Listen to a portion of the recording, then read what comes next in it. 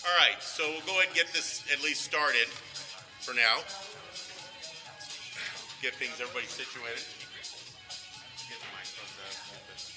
Whoever's got the music, you can kill it. Thank you.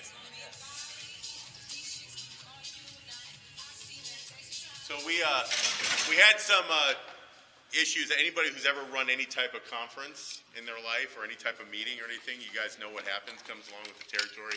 So we had a few little difficulties this morning, so we're just a couple minutes behind. I know it's warm. I just found this out, about half of the air conditioners in the whole convention center are broken right now. And they're working on them. They're on the roof. So the air conditioning in this room actually just came on about 45 minutes ago. So hallway's an oven right now, but we're working on it. We're trying to get that done. So it'll work along. Same thing with our audio-visual stuff. Just kind of smooth it out. It'll happen. This is our first workshop over 2 days, right? So we're good. For those of you guys who don't know me, my name is Dr. Michael Palmieri. I'm the chair of this organization of the Olympia University here in Las Vegas at the Olympia. I work at a company called Dominate Your Game. We're based here in Las Vegas, and we're the ones that actually put on the university. This is our 4th year, I believe, doing this since the Olympia asked us to come do this. 3 here, 1 in Orlando. Yeah, so this is our 4th one. Please go on social media, follow us along, Dominate Your Game and Mr. Olympia University. Please go and do that. That's where we do all of our updates, anything for next year, any of the stuff that may come up from this year. For those of you who are VIP, who paid for the VIP, got your badges, which I think look amazing. We're going to do, remember, at noon, from noon to 1, we're going to do our meet and greet with their speakers. So you take advantage of that. And I will be in and out. I got a couple of things to say on this board, this round table. I'm going to stick my head in here in a little bit once I get going and tell you guys something that just happened. Kind of a personal longevity experience I had that I want you guys to hear about. It's really kind of neat. So you guys have any questions, go and find me. We're about ready to go. And I'm so happy you guys all made it here. The people with the wristbands that bought our VIP passes, it should say, what does your wristband say? It should be a white wristband. Okay, an event, right? That one is not one that you guys can buy downstairs. Okay, that actually will allow you early entry into the expo. And so it's kind of nice. So it's not just the regular general admission. So with your VIP, you also get early entry into the expo as well, which is really awesome. So it's a great one. They were a little bit different on how things were done this year when we had to do a lot more waivers and stuff like that. So things got a little bogged down, but we're here and we're golden. So you guys have a blast. This is our longevity and anti-aging roundtable. And I'm just going to turn it over to Mike, and he's going to run it from here, guys. Thank you. I'm sorry? The mics, I'll get them. I'll find them. I thought he'd given them to you already. Yeah, I'll have to speak loudly, but then it sets the microphone on the camera. Yeah. So let's wait.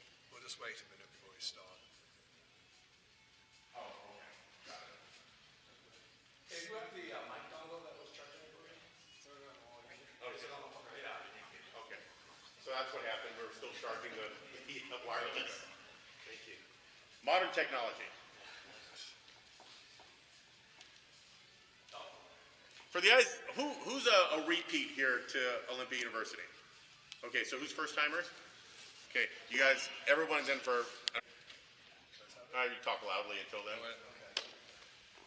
Well, anyway, welcome everyone to this longevity and anti-aging roundtable. So happy to have everyone on the table. We'll introduce everyone after we get started with the topic. And what I want to say about longevity is I think many of you have heard, I think science is moving in the direction of helping us not just live longer, but live healthier longer.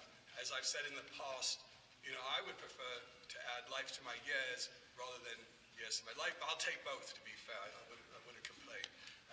One of the areas that we work in, we've got different medical professionals and practitioners and those influencers in the space here to discuss what are these latest updates in basically our health and longevity. So I've broken it down into different areas. It's not just one magic pill that's going to reverse your aging. It's going to be a cocktail of different things. Now, of course, you've got the Peter Attias who are focusing on grip strength and VO2 max, which is linked to longevity in a kind of a correlation. But what other exciting, almost sexy substances that can we talk about that are on their way to? Yeah, it's on. Let me turn it on. That will help us live healthier longer. And many of these tools are available today. So we're going to break it down into a few different areas that I think you guys will find very interesting. So first, obviously, there's the foundational parts of health and wellness that we're going to ask our panelists as far as cardiorespiratory, as far as strength and fitness. Can you hear me now? No. Hello? Yeah, not yet. No. Okay, so anyhow. Just keep talking. My apologies. And focusing on other areas like metabolic control. Then we're going to...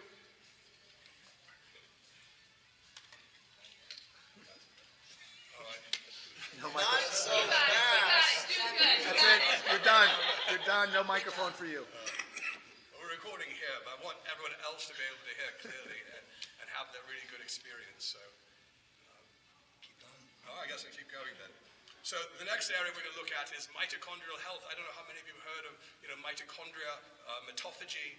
These are areas that may help us live healthier longer. And there are certain substances within that realm. There's the hormones, of course. With Balance My Hormones, we're going to talk about how hormones affect longevity and quality of life. Then there's senolytics. And this is a weird area where it's all about removing the dead zombie cells from the body, and there are certain tools to do that. There's an exciting kind of the moonshot program of cellular reprogramming. I don't know if anyone's heard of this, the Yamanaka factors. Obviously, you don't want to do full reprogramming. That means making your cells grow younger, turning them back with certain molecules that make them revert to a younger state. Always a danger. If you turn everything on, it may trigger cancer, but in the right way, it might actually make you younger. And that's quite an exciting area. And then the other area we want to talk about is the brain health and brain aging, and how aging affects your brain. There are certain natural enzymes in the body, MAOB, for instance, that goes up as you age. Is it worthwhile pursuit to bring that enzyme down? So we'll talk about that. And then so we hope to have a lively debate back and forth and see where it takes us. And we'll answer your questions at the end. And I think we've got nearly 2 hours of discussion. So why don't we get started? So firstly, let's talk about, in the anti-aging sphere, what your thoughts are on both the metabolic and cardiorespiratory effects, anything from heat exposure. We'll go around to each panelist. What are your thoughts of the best approaches to living longer in the foundational health setting? So Elizabeth, yeah. Should we introduce ourselves? And introduce yourself as you do it, yeah. So guys, I'm Elizabeth Yurth. I've been in this field for a long time. I actually opened our clinic, Motor Longevity Institute, 20 years ago now. So we were sort of in this field for a piece before everybody got interested in it. So I've seen a lot of things come and go, which is great. I've learned a lot through those years of how to do things a little bit maybe more refined. And I continue to, one of my sort of fortes is always looking at new stuff that's coming and investigating it a little further.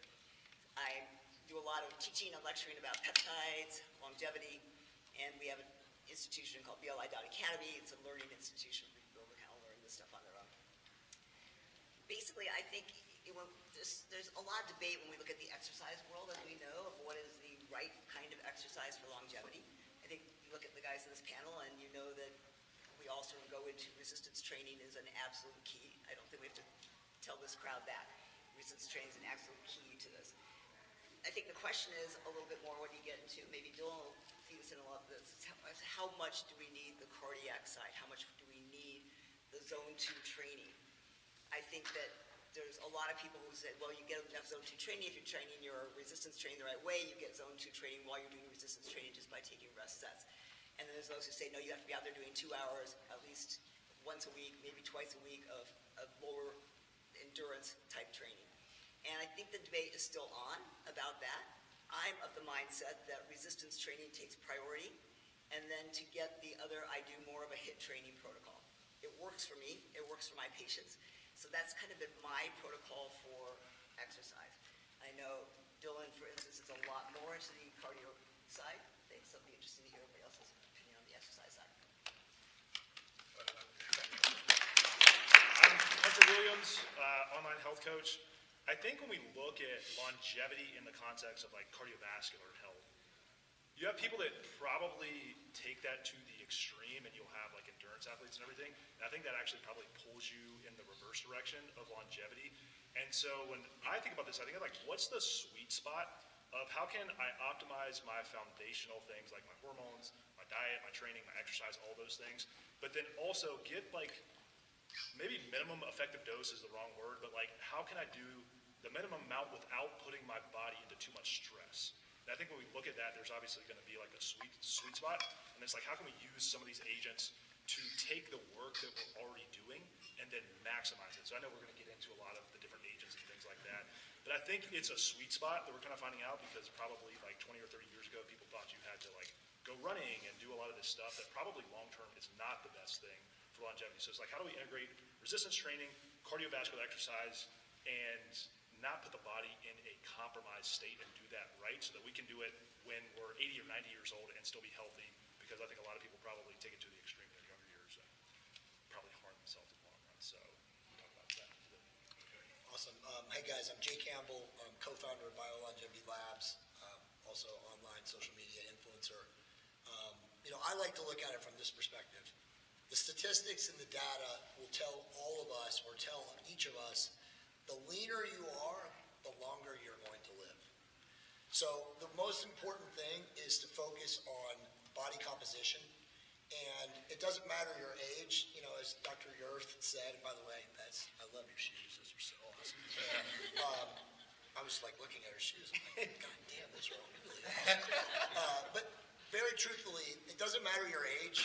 I see a lot of younger people, I see aging people in the audience, and if you work on optimizing your body composition to be a man, optimized body composition is between 12 and 15% body fat year-round. For a female, it's somewhere between 16 and 22%. If you stay in that target range 12 months out of the year, you are going to live longer than the average person in society, okay? The question is how do I get to that level of leanness? Well, obviously, every person on this panel is an expert in talking about the various adjuvants that we can take, right? We can, as Michael was saying, we can optimize our hormones. Once we optimize our hormones, we can start using therapeutic peptides. We can obviously do the training from a cardiovascular and resistance component. There's obviously sleep involvement. There's a lot of other things that we can get into, like biohacking gadgets and technologies like PRP, stem cells, exosomes, all those various things.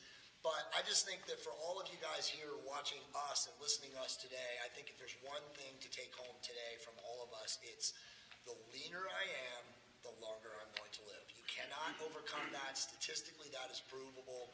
There are no fat people in senior citizens' homes because they die, okay? It's a statistical fact.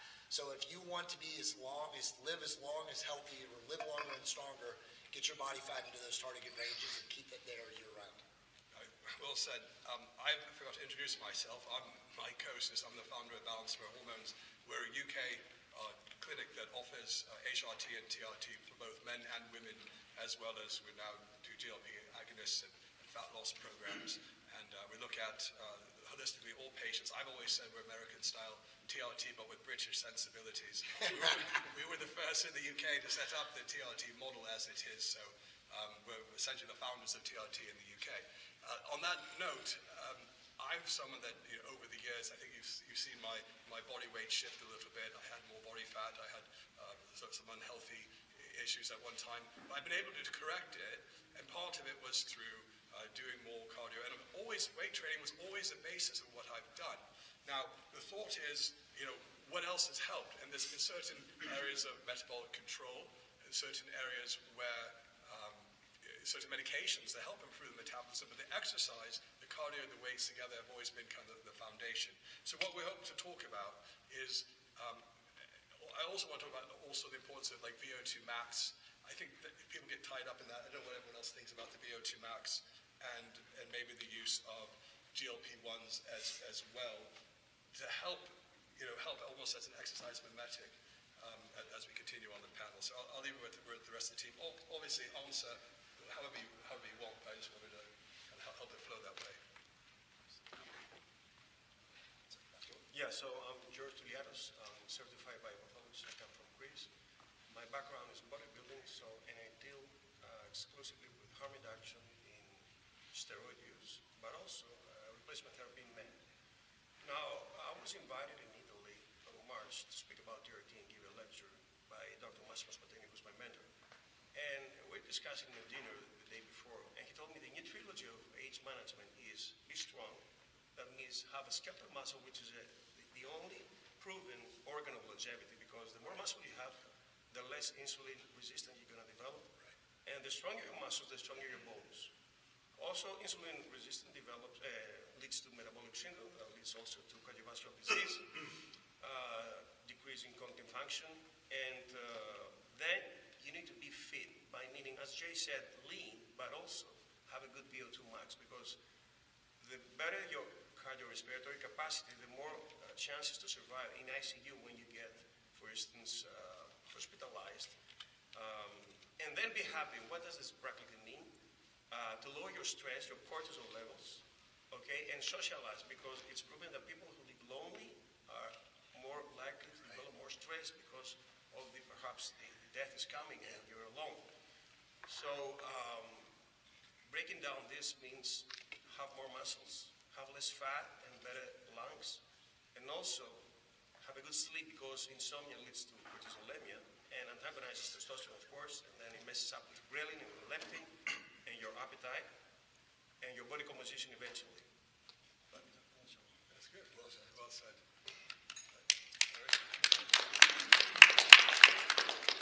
So I'm Dr. Eric Fate, and I run my own practice called Dr. Eric PrimeX, and I work with Dr. Yurt at Board Longevity, do health and performance optimization, and I will echo their sentiments. I think we're all on the same page, and one of my things I focus on is what I call muscle medicine.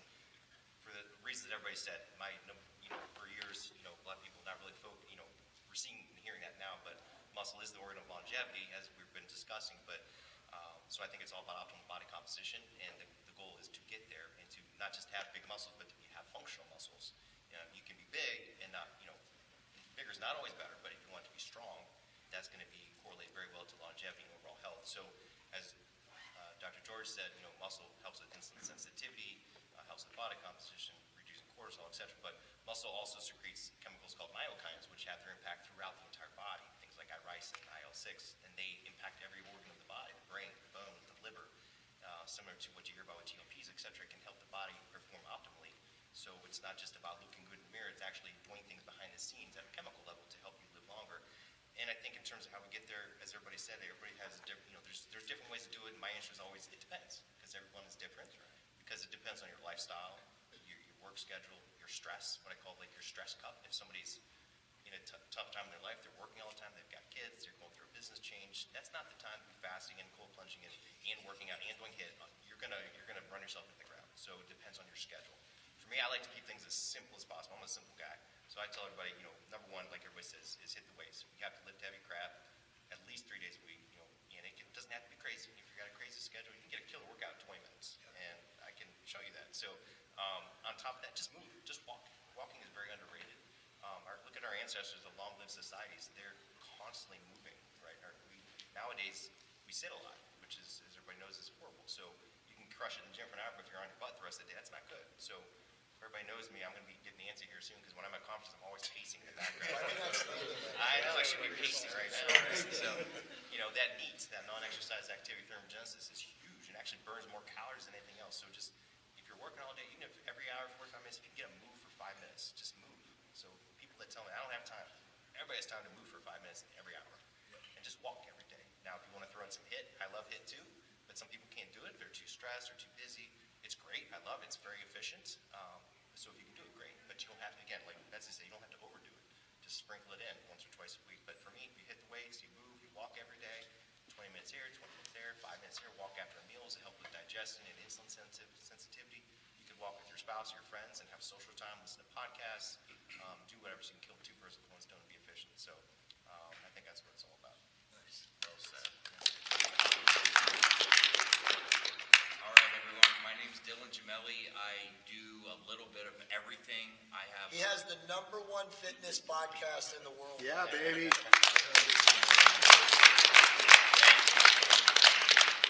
Look, I'm only an expert because of the people I associate with and the people that I learn from. I studied under Elizabeth. I've worked with everybody up here, Jay, Eric, George, Mike, Hunter. We've all done stuff together. I am blessed to be able to learn from some of the brightest, most well-rounded individuals in the world. And I work with some of the best companies in the world. But primarily now, everything that I do is kind of shifted to anti-aging. So the focus of what I do, it's neuroscience, it's a mind-body connection, it's cellular health, it's rest, recovery, it's fitness, it's eating. It all correlates. And I always tell people I break things down because I used to train bodybuilders. And I did it for a long time. And I take a 3-prong approach where I look at supplements, diet, training. And you have to understand the correlation on what's important. And really it starts and ends with diet, but the training is very important. And since we're talking about that, in terms of anti-aging, a lot of the things that I do are mistakes I've made. I've overtrained. Me and Elizabeth talked about this, where I would tell her, I was getting over COVID. I'm doing 90 minutes of cardio. She's like, what are you doing? You got to remember that I've had to learn, there's a fine line where you're actually causing detriment to your health and longevity, and you're overdoing it. I've learned the hard way. And there's implementations that you can do. Zone 2 training, you want to be burning fat first. You don't want to be a sugar burner or like always burning carbohydrates. And these are things you have to learn with how you eat and how you train. Like Eric said, walking, grounding, these are important. These are things that I've learned where I was under the impression, oh, you got to run 10 miles a day and that's the only way you're going to burn fat. That's wrong. But me and Jay talked about this especially. People vilify cardio like you're going to lose muscle if you do too much cardio. Well, if you're eating like shit, yeah, you might. You have to combine what you're doing and be of the understanding of how much you're taking in and what goes along with it. And we've all talked about this. We've worked together on it. We have some differentiating thoughts on things, but in general, we kind of come to the same idea that it's a mind-body connection first, because if you're not mentally right and you're having too much stress and everything, you're never going to be metabolically flexible or right. So what I always want to say is remember that it's not just one thing, it's a multitude of things, and once it combines and comes together, that's how you become healthy and that's how you stay younger.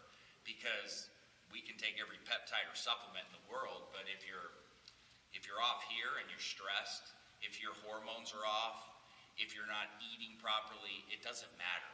You can't outwork a dog shit diet.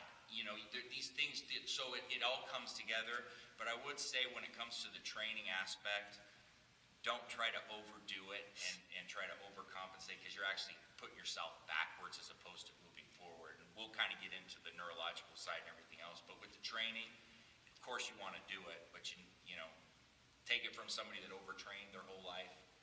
It doesn't benefit you long term, especially on the heart side and the cardiovascular side. So that's what I would kind of leave it with. Thanks, Dylan. So now we get into some of the more scientific areas, not that exercise and diet and weight training are not, but the area is mitochondria. Now the mitochondria, if you remember, high school biology is they call it the powerhouse of the cell. They're almost like little batteries. And interesting, I think throughout history, they're almost like borrowed from another organism that entered into the cell, because before the cells had the mitochondria. They're incredible. I think I've even read some new studies where mitochondria might even move to areas like if you have some sort of heart issue or other areas where they're needed, which is quite fascinating as well. So we're just getting to learn more about the power of the mitochondria, but then the mitochondria can also age and also take on zombie-like cells where you need to clean those out, which is called mitophagy. And there are different techniques to how do you reinvigorate your mitochondria, recharge them, because I think a lot of the diseases of aging, they think may be due to the mitochondria running out of battery, running out of power. And how is that approach, how do we fix that approach? And I think we want to talk to the panel. I think there's many different ways to possibly do it. There's lots of different substances that touch on the mitochondria. I think, Dylan, you support one of the products. I met the owners of that. We can talk about, particularly Urolithin A I'm referring to. But there are other substances that are coming out either through clinical studies or in peptides that you would see. They start as peptides research, and eventually many of them make their way into pharmaceuticals. So when we start with Elizabeth and see what your thoughts are on the mitochondria front. So I'm a big mitochondriac. I think mitochondria are at the forefront of everything. I mean, You're a mitochondriac? yep. If you look at hormones, you guys know where hormones are made. Everybody says testicles, ovaries, they're actually made in your mitochondria. Right. So if you don't have functioning mitochondria, you can't make hormones. Vice versa, hormones come back and signal, like the estrogen has a very big play on mitochondrial function. So when people's hormones drop, you have to replace the hormones and then you have to get functioning mitochondria. I think the problem with mitochondria is everybody now is really big into taking tons and tons of antioxidants. Because when we are producing energy, we make a lot of oxidative free radicals. And everybody's like, I need to take a lot of antioxidants to counteract that. And what we're seeing a lot of now is actually pushing the mitochondria into a low oxidative stress state, which is not a good thing. Our mitochondria to actually get bigger and stronger need oxidative stress. We have to be careful with how many antioxidants we're doing, how we're timing the antioxidants. The mitochondria are in this very delicate balance we call redox, a reductive and oxidative stress balance. And it's an absolute key to longevity, is to keep that balance perfect.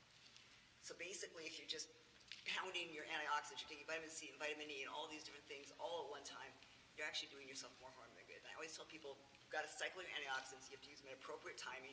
If you go work out, and then you pound your antioxidants an hour later, you've actually undone a lot of the workout benefits, because you need the oxidative stress to build muscle. So I think there's a lot of misnomer there in how we treat the mitochondria. There's a lot of simple supplements you can do that will help the mitochondria. But the problem we're seeing in our world now is that we're in this kind of new world ever since COVID. And COVID actually did a whole lot for all of us, even if you had a mild case, did a whole lot of damage to mitochondria. And the mitochondria actually are living in a much more stressed state, and we have to kind of give them a break. So one of the big things that I pull in to help people, everybody, and everybody here who's an athlete can benefit from this, is sometimes we have to give the mitochondria a break by not making them make as much ATP through oxidative phosphorylation. By far, the best way to do that is ketones. So I absolutely love ketones because ketones can make energy without having to use as much energy. So we make ATP in a whole different route, not having to use oxidative phosphorylation. So one of the things I would encourage all you guys to give your mitochondria a little time to heal and get healthy, especially if you're working out a lot, is to use exogenous ketones. Now, a ketonic diet will get you there, but exogenous ketones can actually benefit you even more. So I could talk all day on ketones, but I'm going to throw that in because I think it's a lot of things people don't talk about here, is that we can give our mitochondria a rest, let them recover by using ketones appropriately timed to our training and used throughout the day. And there's some really good ketones out there now that actually are designed to keep you in a sort of low-grade state of ketosis all the time. So we can talk more about that later. There's a lot of people on this panel, but I want to throw that in just because I know what a lot of these guys are going to say, and I wanted to throw that piece in. That's great. I think to bring up peptides, you can go in and there's like all these different classes of mitochondrial peptides.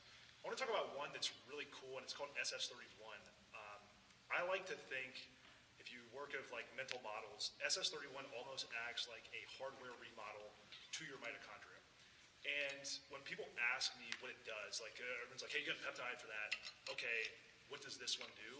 It's actually kind of hard to, other than saying like it remodels your mitochondria, it's kind of hard to quantify. Maybe you're going to lose fat a little bit better, but it kind of gives you what you need. If you look at things like red light, what do we know that's doing? It's improving mitochondrial health. I've just seen in practice taking SS31 almost can help people wherever they're needed. And one thing that I'm sure we're going to talk about is GLP-1s. And I think if you look at more of the mainstream stuff, it's like blasting GLP-1s. So like taking GLP-1s and escalating the doses. And if we look at metabolic health and weight loss and longevity as kind of this comprehensive approach, mitochondrial health is a staple of that. And I think when we talk about like using GLP-1s, so many people escalate doses, but we could use low doses for longer periods of time if our hormones are dialed in and if we're rotating mitochondrial peptides. So I really like SS31. The more I've read on it and seen people use it in practice, the more I'm kind of like, man, this just seems to do everything. But if you think about it, like we were talking about, mitochondria have this almost innate intelligence of the body to like regulate energy and do all the things that we need in the body. So I think if we look at using SS31, it's been used in people with mitochondrial myopathy and people with like really severe diseases. But if you use it at a low dose, I think like 8 to 12 weeks out of the year, you can stand a lot to benefit. And to Elizabeth's points about the oxidation, it's helping scavenge free radicals. So people that are in a state where maybe they have way too much oxidative stress is helping wind some of that back. So that's just my take. I think a lot of people, whether it's someone that has severe chronic disease or someone that is like on the tip of the spear, doing everything right, doing like everything dialed in, SS31 is something that you can use in your protocol, whether it's 8, 12, 16 weeks out of the year, rotated 1 or 2 times to really benefit. And there's tons of other ones too, and I'm sure everyone will talk about that, but that just comes to mind for me. I want to just add, Hunter, because SS31, when we're talking about this mitochondrial damage, the problem with what happens to mitochondria as we get older, and if we've been sick or stresses, at the inner membrane, which is like a flower, gets misshapen. And so it can't make this electron gradient to make ATP. So people are doing all these things to rev up ATP, but they don't have a functional mitochondria to do that, and they're actually creating more oxidative stress. So it's actually at the paramount. One of the first things I do for everybody to get mitochondrial health is start with SS31 and ketones, because that allows me to reshape the mitochondria, rebuild them, so that now I can rev them up. You can't rev up a mitochondria that's damaged. That's why SS31 is such a key. I love saying too that like people, if you have a dilapidated house and you get the nicest TV and the nicest couch, Exactly. you still have a rundown house with a hole in the wall and the AC's broken and everything.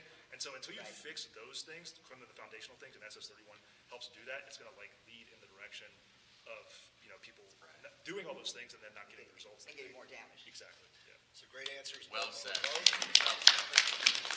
Actually, I bet you that no one in this room, with the exception of a couple of people up here, even know that the FDA just approved SS31 in the last week. So it's an amazing peptide. They literally, as Jeff Cohen said to us yesterday, if they can change an isomer on the peptide, they're going to try to patent it. So he says, imagine how many more of them they're going to attempt to patent. But there's a lot to say about mitochondrial health.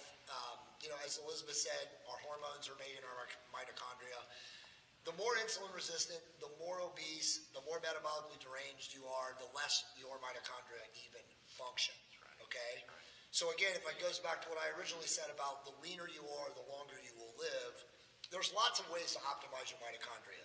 There's other peptides, that they didn't mention, like MOTC, like 5-amino, both the oral and the injectable. There's plenty of other stuff. There's NAD+. There's obviously the small molecules. There's SLU PP-332. There's Everybody, my name is Rick Collins. So I'm the odd man out, I think, on this panel. We've certainly got physicians here. I'm the lawyer, so my doctorate is in law, not medicine. So to the great disappointment, I'm sure, of my mother. But so I generally begin with the disclaimer, legal/medical disclaimer, which is that nothing we say here in the context of this panel discussion is to be construed as legal or medical advice. This is legal and medical information. Nothing establishes through even questions and answers a attorney-client or a doctor-patient relationship. This is for information, not advice. So good afternoon, everybody. I'll turn it over to Mike. Thank you, Rick. All right, so as we said before, this is a session on testosterone therapy. Now, if you had to select a biomarker that was going to give you the best answer for your health and well-being, I mean, we tend to go to the doctors and they're looking at what cholesterol levels, lipids, maybe your full blood count. I mean, which would you think is going to be your best biomarker for male or female to determine your general health and well-being? Would you believe it's actually testosterone? Or would you agree that it's testosterone being the biomarker of choice for both men or women to determine one's overall health? Because would it not be that if you have low levels of testosterone, there may be something else going on with you to get you to that point? So what we hope to discuss today are various topics around testosterone and other hormone therapies.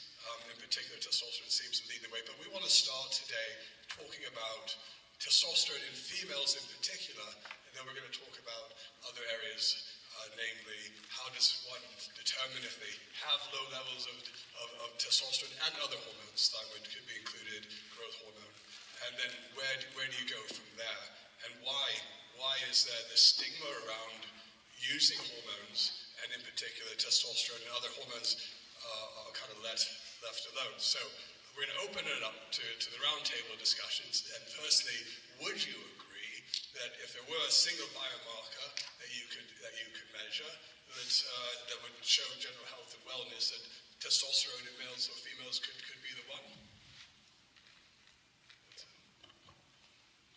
So that's a great question. I don't know if there is one biomarker. It's definitely one of the more important ones for sure, because it can reflect so many other things, right? And it always comes down to if a testosterone level is deficient, why is it deficient? It obviously goes down with age, but it could be from an acute event, an illness, a trauma, a head injury, some other metabolic dysfunction. So I think it's a good initial marker, but it's always kind of the first door to open to see where you go. In regards to women, I feel like it's very underutilized. A lot of women are still hesitant. There's still a lot of myths about testosterone in women.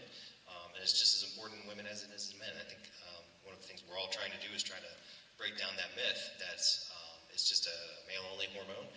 Women make a lot of testosterone too. It's a different level, of course. But when women go through perimenopause and into menopause, it's one of the first hormones to drop. Progesterone and testosterone are the first two to drop. And it's vitally important. I'm sure we'll get into I'm not going to go into detail right now. I'm sure we'll talk about it, but very important, not just for overall health, but for metabolic. Number one killer of women is heart disease, and testosterone is crucial for improving cardiac function, improving your lipids, reducing inflammation in the body, and like we talked earlier about muscle, the importance of it, maintaining muscle mass and bone health. Osteoporosis is a big issue, and testosterone is one of the key anabolic hormones that can maintain bone and muscle health. And the enzymes and the hormones that come around from bone turnover actually help with insulin sensitivity and reducing inflammation in the body, prevention of cancer, so many other things other than just body composition. So I have almost all my women are on testosterone, and they're doing great, and they feel great. And no, they're not going to grow mustaches and third heads and all these different things. There's a lot of myths I'm sure we'll get into, but it's crucially important that this gets optimized in women. Just introduce yourself too. Oh, I'm sorry. Eric Fate, Health and Performance Optimization. So Elizabeth Uris from Motor Longevity Institute. So I take care of probably equal number of men and women in my practice, and I totally agree with what Dr. Fate says, that testosterone in women gets very underutilized. I actually have a fair number of sort of high-profile clients in my practice who come to me from other physicians, and almost all of them now, whether they needed it or not, are put on estrogen. I can tell you that all women who come in are put on estrogen, and they did not need estrogen. And testosterone was never even looked at in them. And so lots of times testosterone, way before a woman needs estrogen, they need testosterone. Someone will have ample estrogen levels, in fact, be estrogen dominant well into their 60s even. Some people just get naturally put on estrogen, and the testosterone is forgotten. When we talked about muscle mass, it's almost impossible without adequate testosterone to make muscle. As far as a biomarker, it's hard because I think it's an important biomarker. But what is the right level is a very hard thing to say. because I think it becomes very different for different people. There are people who feel great or doing well, have great libido, have great muscle mass, who have a mid-range testosterone. And there's people who you have to push them up to the upper limits to get them there. So it becomes a little bit of a hard, where is that optimal range? And that's where I think we have to make sure we're listening to people, not just looking at numbers. Because you can have somebody all the time who comes in and says, a guy or a female who has normal testosterone levels, and yet every symptom they describe to you is low. And so you have to explain the numbers are one thing. This becomes, when you're a medical doctor, an issue, right? Because if I put somebody on testosterone and their levels are, quote, normal, then there's liability associated with that. But if you document all these things that are going on, the patient is depressed, the person isn't sleeping well, they can't put on muscle, they have no libido, all those things should fall into play. This is by default an androgen deficiency. So I think that has to be really remembered when we're treating patients, both women and men. And women, that gets really neglected. With, for instance, depression in women. Depression oftentimes is due to androgen deficiencies in women. And that doesn't ever get looked at. They can put on antidepressant. You don't get put on progesterone, they can just don't put on testosterone. Would you introduce yourself? Elizabeth Yurth. Some of you guys were here for the first round. I run a clinic called Motor Longevity Institute. We've had a longevity institute for now 20 years. We do a lot of education as well. We have an academy called BLI.Academy. Welcome you guys to join it. We try and do a lot of Q&As on that, a lot of teaching and learning. We have a practice. I treat patients all over the world. Our clinic is in Boulder, Colorado, though. Right. So I guess on that note, was it before I pass it on, there are different ways to look at, you said, how do we know who's low, right? So when we say testosterone, and I think maybe you would agree, it's looking at total testosterone, the free testosterone. We like to use the SHBG level, and maybe someday down the road it'll be further down in genetics, how sensitive is your androgen receptor, because there are people, like you said, that have maybe moderate levels, even borderline low, that have no symptoms at all, male or female, of low testosterone, and others who are at the higher end of normal, or not higher end, but higher end of the middle, maybe have all these symptoms of low testosterone, and it is low testosterone.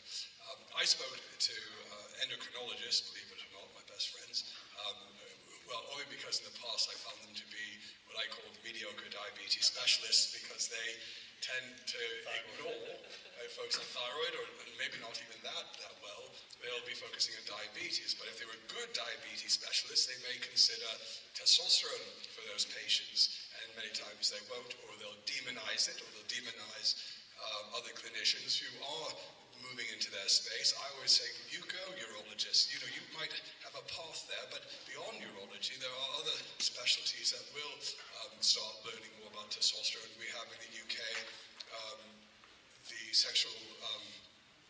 the British Society of Sexual Medicine, and the sexual medicine doctors are now taking on testosterone, as well as doctors who get an additional diploma in endocrinology.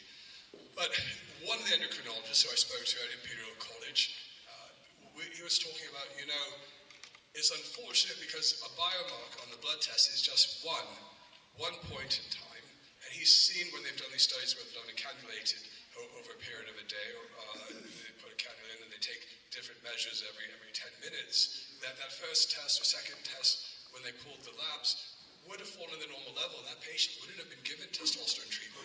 But if they looked at the aggregate over time, almost like a continuous glucose monitor, that actually those patients were really low, but they're being forgotten about or ignored by endocrinology because they're just going by one data point. And so I think it's very nuanced, testosterone, men and women, to who would qualify. By the way, my name is Mike Kosis. I'm the founder of Balance My Hormones, and some of you have been here at the earlier session. I founded the UK's one of the first TRT clinics that offers American-style TRT, but with British sensibilities. That's why I'm talking about this as a founder of the clinic, and I know a lot about it. Well, obviously, endos won't support, won't favor the use of testosterone diabetes too, because it will ruin the sales of GLP-1. Okay. So, yes, testosterone, as Dr. Abraham Ogitala, the urologist of Harvard University, says that it's a general indicator of men's health.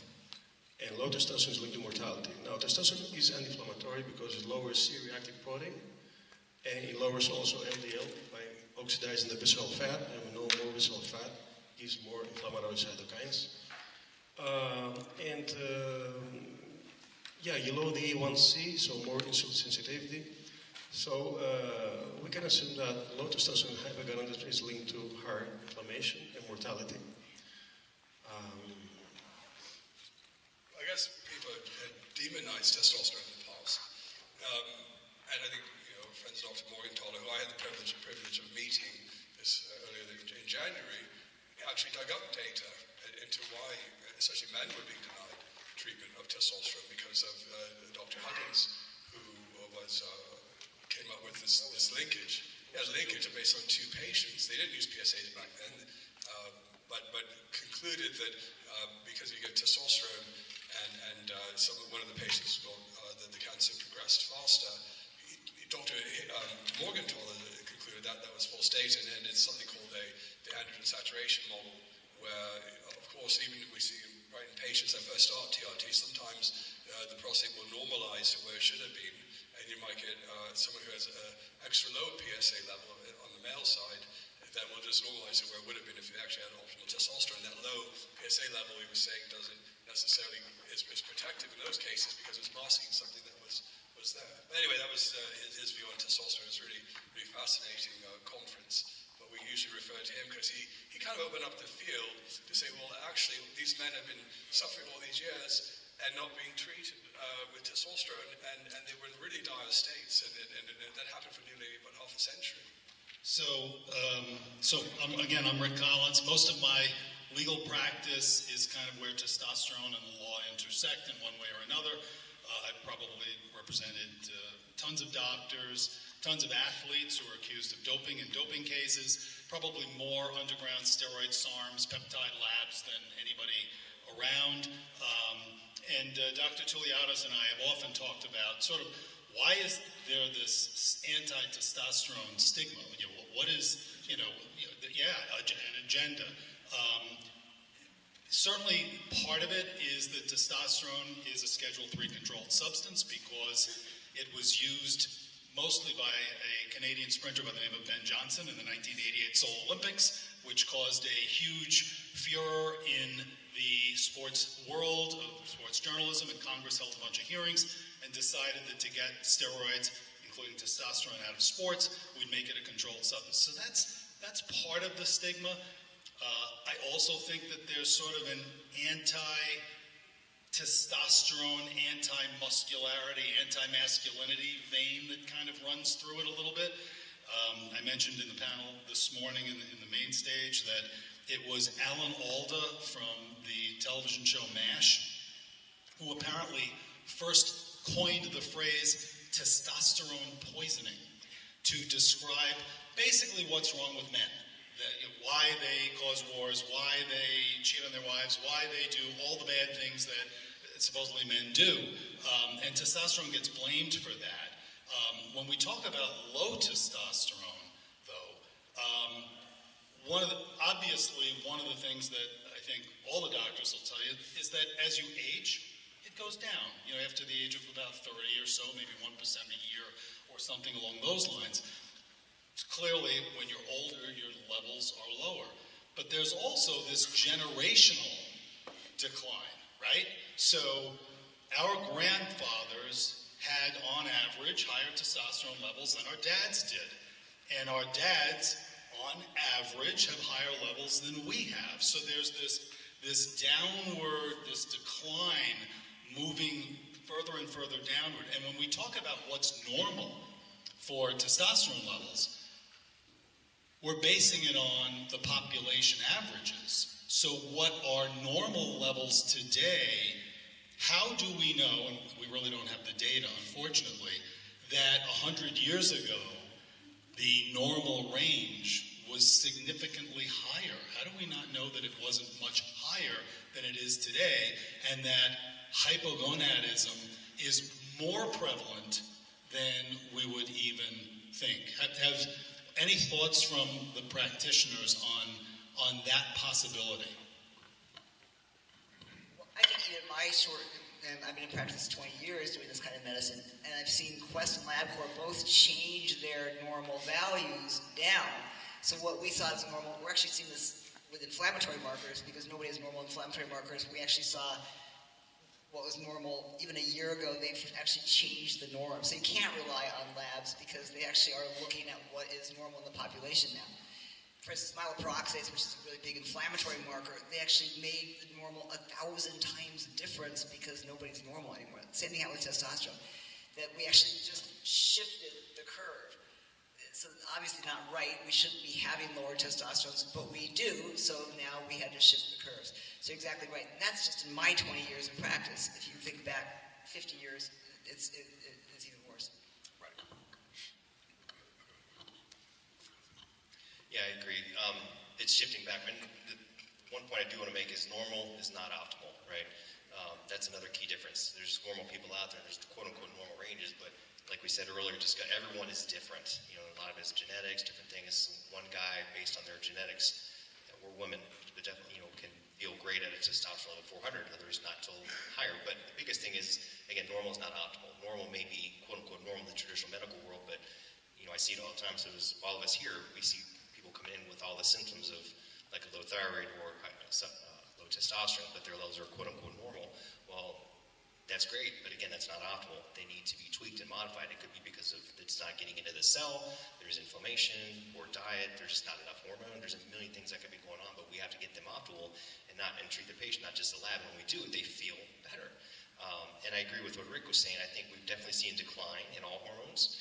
And, if you're primarily, I'm big on natural medicine and getting our bodies back to our ancient rhythms. And I say this all the time, we live in a very toxic world, unfortunately, and it's just getting worse. And look at the explosion of all of these diseases that didn't exist over 100 years ago.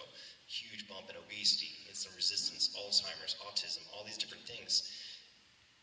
Again, all the stuff that I won't go down a lot of rabbit holes, but we get into, our diet, our artificial foods, dyes, glyphosate, we're bombarded with EMF, non-native EMF exposure, bioweapons and vaccines, all these different things we can get into, all the crap in our food, our depleted soil. It's a very tough world that we live in, and in order to be healthier, it takes so much more work. You have to get organic foods and find them and spend more money. You have to spend more time outside. There's all these different things. So all these factors are definitely affecting our hormones, and they're affecting other things too. Inflammation, like Dr. Earth was talking about, affecting our circadian rhythms, affecting our sleep. But absolutely, I think things are trending, and like Rick said, they're just shifting the curve, kind of like making bigger seats on the airplane for people that are bigger, right? The labs are just being accommodated. They're all going down, and we need to be cognizant of that and remember where we used to be, many, many years ago. So we're seeing that shift. We have to take that into consideration. Again, when we look at that patient, don't worry about what the labs say. We look at it, but how do they feel? What are their symptoms? Look at everything else, because again, normal isn't optimal. I remember on some old lab quests in the 90s, it was, I think it was around 400, 480 to 1080 was a high end of the range. And that's all changed. And I do remember there being a paper looking at just in the past few decades or generations where they did have the measures of testosterone levels and can see a big decline from especially the 1990s even. So, and you're right to your point about the unnatural world and the toxins, environmental toxins. So on that note, would it make sense to have early screening? I mean, how many teenagers are deficient in testosterone that might be some of the causes of some psychiatric issues? And should we all start screening a bit earlier, males and females, especially for females who start on birth control, getting that elevation in SHBG, maybe giving them a lot less free testosterone, and even though it's such a minute amount, that amount is important to the female as well. So what do you guys think? I've seen several 20-year-old guys, between 20 and 30, that are using SSRIs and benzos, and they're around 200, 250, 300. They're using a lot of Cialis. But obviously this doesn't treat the sex drive. Sex drive is purely dependent on androgen and testosterone in particular. And they go to endocrinologists and tell them you're not low enough in order to start testosterone. Plus the fact they have this fear because they're going to become infertile and they're not aware of the HCG protocols.